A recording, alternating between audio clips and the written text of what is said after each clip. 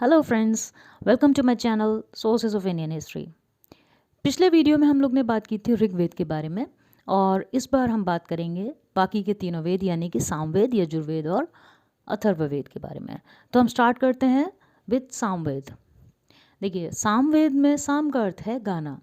तो इसका मतलब क्या हुआ कि इसके अंदर वो सारी चीज़ें हैं जिसमें ये बताया गया है कि मंत्रों को कैसे गाया जाएगा, कैसे उनका उच्चारण किया जाएगा। ओके, अब बात ये है कि इसमें सिर्फ 75 मंत्र हैं जो ओरिजिनल हैं, क्योंकि बाकी के वही सारे हाइम्स हैं इसके अंदर जो कि ऋग्वेद के अंदर हैं।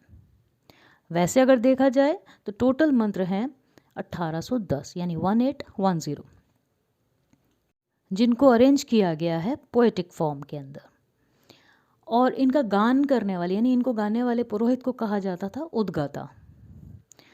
और जो ध्रुपद राग है संगीत के अंदर, वो भी हमें इसी वेद के अंदर मिलता है, जिसे बाद में तानसेन ने गाया।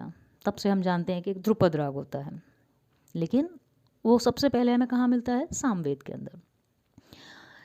अच्छा, सामवेद की 3 शाखाएं हैं जिनके नाम हैं, पहला कौथुमी, दूसरा जैमिनीय या तलवाकार, तीसरा है राणायनीय। आइए अब बात करते हैं तीसरे वेद यानी कि यजुर्वेद की। ये जो वेद है, it deals with the procedure for the performance of sacrifices. और इसको 2 तरीके से देखा जाता है, यानी कि यजुर्वेद को हम 2 भागों में विभाजित करते हैं। शुक्ल यजुर्वेद यानी कि वाइट यजुर्वेद, जिसको हम वाजसनेयी भी कहते हैं। दूसरा है कृष्ण यजुर्वेद यानी कि ब्लैक यजुर्वेद।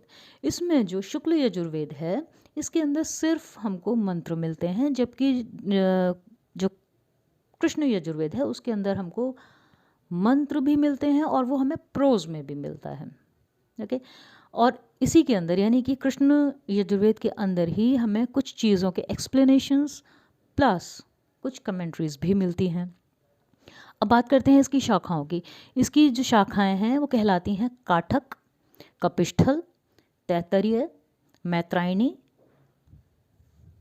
इसके बाद बात करते हैं चौथे वेद यानी कि अथर्ववेद की।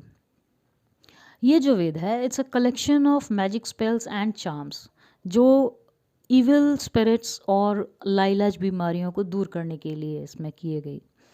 And this Veda is considered as non Aryan work. मतलब ऐसा बोलते हैं कि ये बहुत बाद में लिखा गया और इसकी रचना आर्यों ने नहीं की, बाद के लोगों ने की है। और ये जो वेद है यानी अथर्ववेद, ये 20 कांडों में विभाजित है और इसके अंदर टोटल 731 यानी 731 मंत्रास हैं। और इसकी जो शाखाएं हैं वो हैं शौनक एवं पिपलाद। अब बात करते हैं इन चारों वेदों के उपवेदों की, क्योंकि हर एक वेद के साथ एक उपवेद भी जुड़ा हुआ है। जैसे ऋग्वेद का जो उपवेद है उसको हम कहते हैं आयुर्वेद, सामवेद के उपवेद को हम कहते हैं गंधर्व वेद, और यजुर्वेद के उपवेद को हम कहते हैं धनुर्वेद। इसके बाद अथर्ववेद का जो उपवेद है उसको हम कहते हैं शिल्पवेद। अब इन चारों वेद और उपवेद के बाद हम बात करेंगे वेदांग की। वेदांग जिसकी रचना वैदिक साहित्य को समझने के लिए की गई और जिसका अर्थ है वेद प्लस अंग, यानी वेदों के अंग, और we can say limbs of Vedas. और ये टोटल हैं 6 वेदांग, जिसमें से पहला है शिक्षा, दूसरा है कल्प, तीसरा है ज्योतिष, चौथा है व्याकरण, पांचवा है निरुक्त और छठा है छंद। अब इनको हम थोड़ा सा और दूसरे तरीके से समझते हैं। जो शिक्षा है वो है फोनेटिक्स से रिलेटेड। जो कल्प है उसमें कर्मकांड हैं, या ये कहिए कि रिचुअलिस्टिक साइंस के बारे में बताया गया है। और जो कल्प है इसको 3 भागों में विभाजित किया गया है। इसके अंदर 3 तरह के सूत्र हैं जिसको हम कहते हैं श्रौत सूत्र, ग्रह सूत्र एवं धर्म सूत्र। इसका जो श्रौत सूत्र है उसके अंदर एक चैप्टर मिलता है जिसे हम कहते हैं शुल्व सूत्र। जिसके बारे में ये कहा जाता है कि इसमें ज्योमेट्री का सबसे पहला रेफरेंस हमको मिलता है। दूसरा है गृह सूत्र और तीसरा है धर्म सूत्र। ये जो धर्म सूत्र है इसके अंदर हमें मिलता है जो हिंदू समाज के अंदर 16 संस्कार की जो व्यवस्था है, वो उन संस्कारों के बारे में हमें धर्म सूत्र से जानकारी मिलती है। फिर बात करते हैं तीसरे वेदांग की, ज्योतिष की। ज्योतिष के अंदर एस्ट्रोनॉमी एंड एस्ट्रोलॉजी से रिलेटेड चीज़ें मिलती हैं। चौथा है व्याकरण यानी कि ग्रामर। फिर पांचवा है निरुक्त। निरुक्त जो है वो एटिमोलॉजी से रिलेटेड है और इसकी जो रचना है वो ऋषि यास्क ने की थी। छठा है छंद यानी कि मैट्रिक्स। अब सवाल ये उठता है कि किस तरीके से ये वेदों को समझने में हेल्प करते हैं।